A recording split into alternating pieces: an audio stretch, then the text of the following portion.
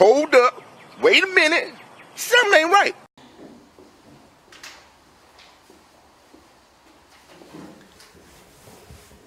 I hereby announce my retirement from Formula One by the end of the 2022 season. I'm Fernando Alonso, and I'm here to stay. Fernando Alonso, Pak D kita tercinta, telah resmi memperpanjang kontraknya dengan Aston Martin. Itu berarti kita akan melihat Pak D kita tercinta satu ini balapan di F1 sampai setidaknya regulasi baru datang nanti. Dan ya itu pun kalau bisa nggak ke-delay ya. Jadi banyak rumor sana-sini sebelum pengumuman ini mengenai kemana Fernando Alonso akan balapan di 2025 dan seterusnya.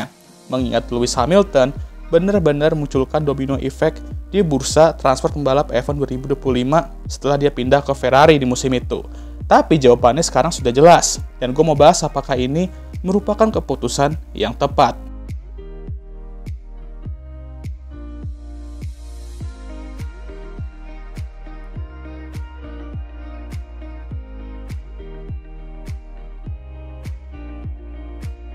Dari awal musim aja Fernando Alonso sudah mulai mention ke media mengenai masa depannya. Ada seat kosong di Mercedes, dan Red Bull memiliki potensi untuk mencari pembalap baru jika Checo nggak bisa perform dan Danny Ric juga sudah finish. Maka dari itu, Fernando Alonso memutuskan untuk melihat di mana posisi Aston Martin di 2024 dan membandingkannya dengan posisi tim lain, dan setelah itu membuat keputusan itu. Nah, bagus nih, jangan sampai salah milih tim nantinya. Apalagi beliau juga sudah sering blunder dalam bikin keputusan karir di masa lalu ya kan. Tetapi memilih tim yang kelihatannya lebih baik juga nggak selalu berbuah baik. Kalau nggak percaya silahkan tanya Danny Ric. 4 balapan telah berlalu dan ya Aston Martin bisa dibilang nggak sebagus musim lalu, di mana Nando mampu nge-spam podium sana-sini di awal musim, tapi setidaknya mereka mengawali musim 2024 berada di tempat yang ya somehow sama seperti akhir 2023 kemarin. Namun sedikit lebih baik. Setidaknya mereka nggak terjun banget ke bawah kayak di 2022. Dan melihat kondisi Mercedes di mana mobil mereka kacau banget, dan mungkin kalau bukan karena penalti Nando di Australia kemarin, mereka bisa saja berada di atas Mercedes di standing saat ini. Dan kondisi internal tim Red Bull yang kacau balau dengan kasus Christian Horner, stay dengan Aston Martin gue rasa merupakan keputusan yang tepat. Tapi bang, walaupun begitu, kan mobil Red Bull tetap OP bang. Dan Nando mah cuma butuh itu aja kalau dia masih mau juara.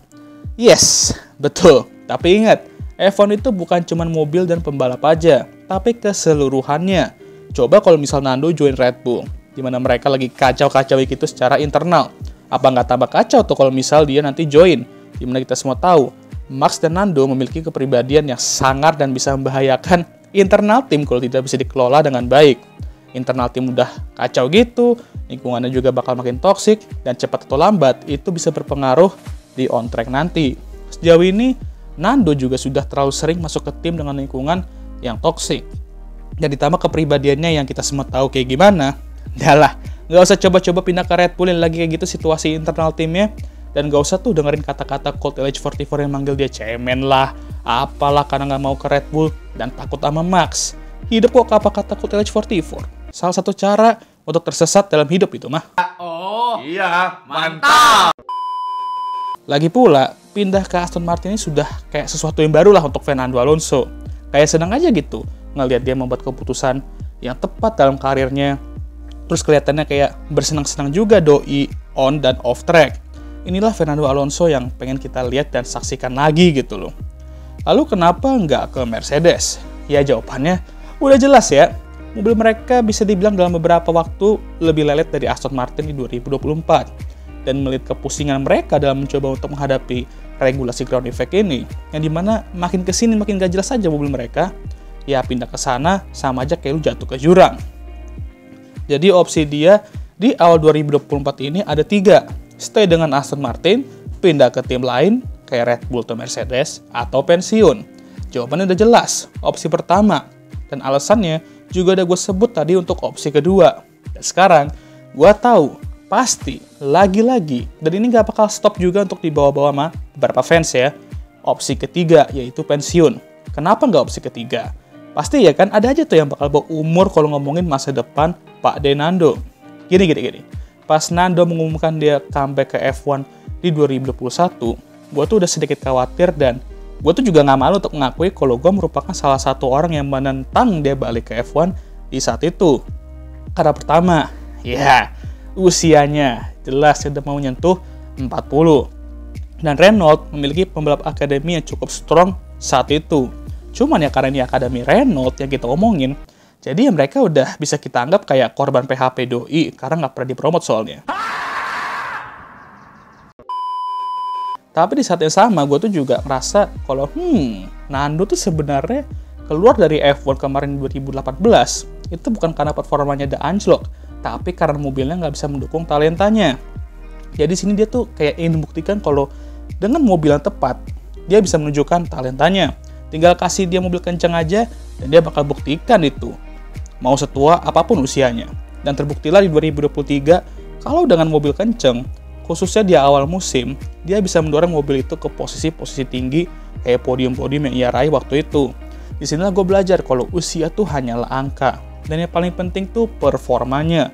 Gak peduli lu tuh mau masih bocil, usia mateng, usia tua, aki-aki, isekai. Selagi lu masih bisa menunjukkan kalau lu masih layak, mengapa harus berhenti? Lagi pula, gue selalu bilang, jangan salahkan pembalap aki-aki kayak Nando gini kalau misal pembalap muda gak dapat kesempatan di F1. Salahkan F1 dan tim-tim ini yang terlalu rakus dan gak mau tim kayak Andretti join. Dan kalau ngomongin performa layaknya Jordan, Nando sendiri buktikan musim lalu kalau dia tuh bisa dibilang performanya hampir setara sama Max yang mendominasi saat itu.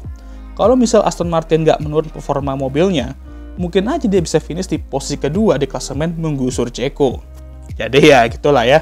Gue sih pengen ketika bahas apakah seseorang pembalap layak atau enggaknya di F1, kita tuh nggak usah bawa-bawa usia karena Max dan Nando telah buktikan kalau usia tuh hanyalah angka. Dan yang paling penting ya lalu tuh perform. Lu buktikan ke orang-orang, lu layak, dah gitu aja. Nando stay dengan Aston Martin, kalau menurut gue sudah merupakan keputusan yang tepat untuk dua pihak. Kalau soal seat satunya, ya nggak usah ditanya lah ya, mau sampai kapanpun seat itu sudah terepuk oleh tuan muda Lance Stroll. Nah sekarang yang menariknya ialah nanti di 2026, ketika Aston Martin akan memiliki mesin Honda. Kita semua tahu lah ya sejarah Nando dengan mesin Honda gimana, dan gue nggak tahu juga apa keduanya merasa bahwa air sudah di bawah jembatan sekarang ya, atau masih banjir jembatannya. Patut kita tunggu nanti akankah reuni Nando dan Honda kali ini akan berbuah manis, atau malah cerita lama akan kembali terulang dan terlalu manis, sampai-sampai mesinnya tuh nggak kuat kalau mau sangar. Oke lah, sekian video kali ini. Gimana menurut kalian? Jangan lupa like, subscribe, dan share video ini. Dan jangan lupa juga untuk menyalakan lonceng notifikasi agar kalian semua tahu ketika gue ngupload video baru. Jangan lupa juga untuk follow Instagram gue. Oke, sudah lelah dan seperti biasa video ini akan ditutup oleh I'm Emma Watson. Thank you for watching.